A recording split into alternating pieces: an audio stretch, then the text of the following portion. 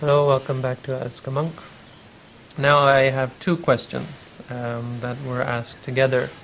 The first question is whether after realizing Nirvana, Nibbana, which means freedom or release or emancipation or however you want to translate it, is there anything left to do? Or is Nibbana it? I mean, is that all you have to do? That's the first question. So, answer this question first. The answer is easy. Nirvana is the last thing that we ever have to do. Once you realize Nirvana, there's nothing left. There's nothing left that, from a Buddhist point of view, you need to do. The point is, at that point, you're free from suffering. So, what does this mean? Nirvana is the cessation of suffering. This is what the definition of it is. It's possible for a person to, not easy, but it's possible for a human being to realize freedom from suffering, to come to be, even temporarily, to be free from the arising of stress, the arising of any impermanent phenomenon, that at that point the mind is perfectly free. It's possible to enter into, or to touch that state, to experience or to see or to realize that state without being free from suffering, without being that way forever. Well, this is the first thing to point out. And this person, we have names for them, is a Sotapanna, someone who has entered the stream. Because though they still have to suffer, and they still have more to do, it's they've already cracked the shell, so to speak, and it's only a matter of time before they become totally free from suffering. So this is one understanding of Nirvana. It's an experience that someone has, and at that point, one's life starts to go in the direction towards freedom from suffering. But what we mean by Nirvana or Parinirvana or so on is the complete freedom from suffering. So, though a person might still live, they have no more greed, no more anger, no more delusion. These things can't arise. There's perfect understanding of reality, of the experiences around oneself. When you see, when you hear, smell, taste, feel, and think, there's only the awareness of the object. There's no attachment to it. So we say this is Nirvana. This comes from realizing this state of ultimate freedom. When you realize it again and again, you start to see that there's nothing that lasts, that all of the experiences that we have simply arise and cease, and there's nothing lasting, there's nothing permanent, there's nothing stable. And so one loses all of one's attachment. At that point, one isn't subject to future rebirth. There's this physical reality that we've somehow built up that has to last out its lifetime. But at the end of that cycle, that revolution, at death there's nothing. So at death there's no more arising, and at that point there's freedom from suffering, freedom from impermanence, from from birth, from having to come back again. So I think this is clear. The answer is, from a Buddhist point of view, doctrinal point of view, is quite clear. That after that there's nothing left to do. The Buddha said, "Katang karaniyang," done is what needs to be done. There's nothing left to do. There's nothing more here. But I think an important point to make that is often missed is that you don't somehow fall into this state. This is the ultimate, the summum bonum, the final emancipation. It comes to someone who has had enough, who doesn't see any benefit in coming back. It doesn't see any benefit in recreating this human state or any state again and again and again. Most of us are not there. Most of us think that there's still something to be done. We want this, we want that. We've been taught that it's good to have a partner, to have a family, to have a job, to help people, and so on. And we think that there's somehow some benefit in this. On the other hand, we see that in ourselves there are certain attachments that we have that are causing us suffering. So this is where we're at. We're at the point where we want to hold on to certain things, but we want to let go of other certain things. So this just shows that we're somewhere along the path. We're somewhere between a useless person and an enlightened person, and it's up to us which way we're going to go.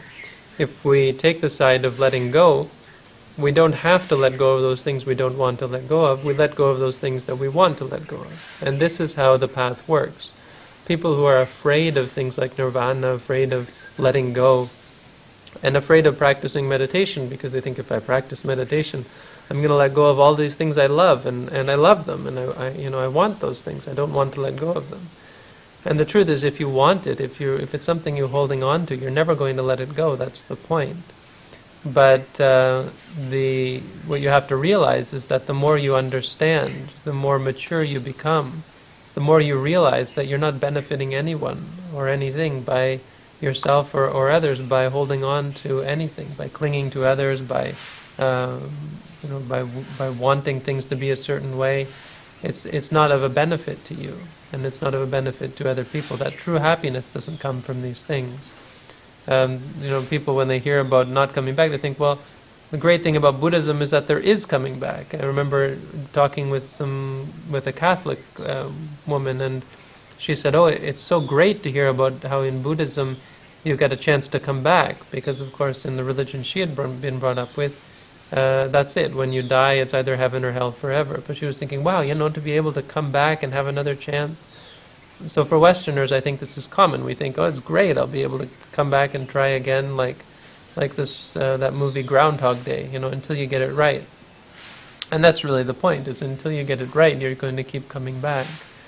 But whether this should be seen as a good thing or not, is debatable. I mean, ask yourself, don't ask yourself, how are you feeling now? Because most people think, well, I'm okay, and I've got plans, if I can just this and this and this, there's a chance that I'll be stable and happy and living a good life. But then, don't look at that. Ask yourself what it's taken to get even to the point that you're at now. And think of all the lessons you've had to learn. And if it's true that you come back again and again and again, then you're going to have to learn all of those. If you don't learn anything now and change anything about this state, if you don't somehow increase your level of maturity in a way that you've never done before in all your lives, then you're just going to have to learn these lessons again and go through all of the suffering that we had to go through as children, as teens, as young adults, as adults, and so on. And wait until you get old, sick, and die. I mean, see how that's going to be. And then don't stop there. Look at the people around you and in the world around us. Who's to say in next life you won't be one of the people who suffer terribly in this life? So it's not as simple a thing as some people might think. They think, oh great, I'll come back, I'll get to do this again, and I'll do this differently, and I'll learn more, and so on. No, it's not like that. If you're not careful, some lifetimes down the road, it's very, very possible that you'll end up in a terrible situation, a situation of intense suffering. Why do people suffer in such horrible ways that they do? And who's to say you won't end up like them? So there is some, we can see some benefit in at least, bringing ourselves somewhat out of this state to a state where we don't lose all of our memories every 50 to 100 years. Where we're able to keep them and to continue developing. That's at the very least a good thing to do. And so, the development of the mind shouldn't scare people. The practice of Buddhism shouldn't be a scary thing that you're going to let go of things you hold on to. Buddhism is about learning, is about growing up and coming to learn things and understand more about reality. It's not to brainwash us or to force some kind of detached state. It's to help us to learn what's causing us suffering, because all of us can tell if we're not terribly blind, we can verify that there is a lot of suffering in this world, and the truth of the Buddha's teaching is that this suffering is unnecessary. We don't have to suffer in this way. The reason we do is because we don't understand. And because we don't understand, we therefore do things that cause us suffering and that cause other people suffering. So slowly we learn how to overcome those things, how to be free from them. And eventually we learn how to be free from all suffering, how to never cause suffering for others or for ourselves, how to act in such a way that is not contradictory to our wishes, where we wish to be happy, we wish to live in peace, and yet we find ourselves acting and speaking and thinking in ways that cause us suffering and cause disharmony in the world around us. So this is I think, sort of a detailed answer of why freedom would be the last thing, because once you have no clinging, once you have no attachment and no delusion, you will not cause any suffering for yourself, and as a result, you will not have to come back and there's no more creating, no more forming, no more building up. You realize that there's nothing worth clinging to, that true happiness doesn't come from the objects of the sense or any of the objects either inside of us or in the world around us. True happiness comes from freedom, and you come to see that this freedom is the ultimate happiness. So, that's the answer to that question. The second question, I'm going to have to deal with it here, so this video is going to be a little bit longer. The second question is whether karma has physical results only or affects the mind as well. These questions are actually fairly easy because they're just simple doctrinal questions. But they're interesting as well. Karma, first we have to understand that karma is not a thing. It doesn't exist in the world. You can't show me karma. Karma means action. So technically speaking, you can show me an action when, show me the karma of killing. So you kill something. There's karma for you. But the problem is that we come to take karma as this substance that exists, like something you're carrying around like a weight over your shoulder, or that's somehow tattooed on your skin or something like that, that you carry around and you're just waiting for it to drop on your head or something. And that's not the case. Karma is a law. It's a law that says that there is an effect to our actions, and not our actions, actually, to our intentions, to our state of mind. That the mind is able to affect the world around us. It's not a doctrine of determinism. If it were this substance or this thing that you could measure, then there might be some determinism. But it doesn't say that. Karma just says that it doesn't say either way that there is free will or determinism. That's not the point of karma. Karma says that when there is action, when you do kill or steal or lie, or when in your mind you develop these unwholesome tendencies to these ideas for the creation of disharmony and suffering and stress, then there isn't the effect. The effect is that stress is created. When you have the intention to help people as well, there's another sort of stress created. It's not an unpleasant stress, but it's a stress of sorts that creates pleasure. It's a vibration. It's like a vibration when you want to help people, when you have the intention to do good things, to give, to help, to support, to teach, to even to just be kind, and when you study, when you learn, when you practice meditation, all of these things have an effect. They change who we are, and so that's it's important to understand that aspect of karma. But the short answer to your question then is that karma, our actions will affect both the body and the mind. Technically speaking, karma gives rise to experiences. It gives rise to seeing, hearing, smelling, tasting, feeling, thinking. This is the technical explanation, that it's going to give rise to sensual experience in the future. If you do something and you intend to do something, that's going to change the experiences that you have. You're not going to see the same things as if you hadn't done that, right? If you kill someone, you're going to see the inside of a jail and so on. You're hearing, smelling, tasting, feeling, thinking. But from a technical point of view, that's what happens, is there are different experiences that you have. And those experiences are both physical and mental. So all it means is that we are affecting our destiny. Whether this is based on free will or determinism isn't really the question.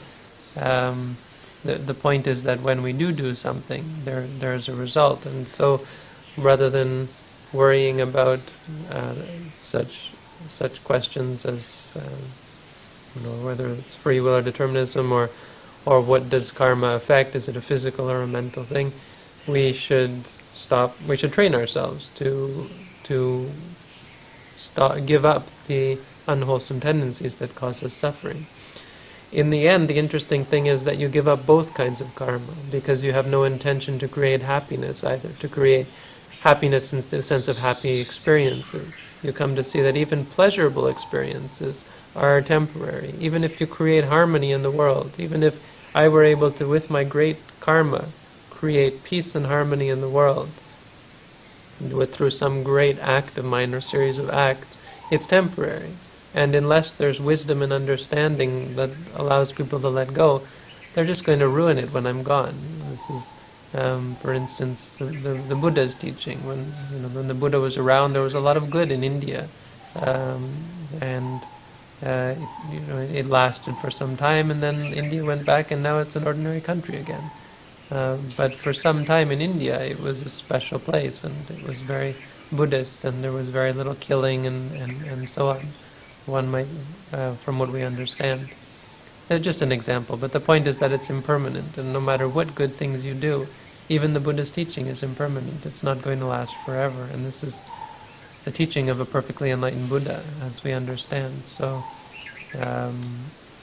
most important is to become free, and to become free from karma as well, to not have any attachments that things should turn out in a certain way, not to be expecting or have expectations about the future, to simply be content and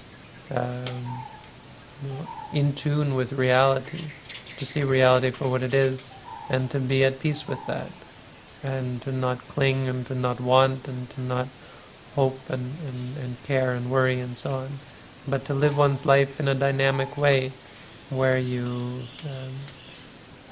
can accept and react and respond appropriately to every situation. Doesn't mean that you live in one place and do nothing, sit around and do nothing. It means that you're able to live dynamically. You're not a stick in the mud who, when it's time to move, can't move. You're a person. Your mind is able to respond appropriately to all experiences and react without attachment. So, fairly detailed answers to your questions. I hope they did hit the mark, to at least to some extent. So thanks for the questions. All the best.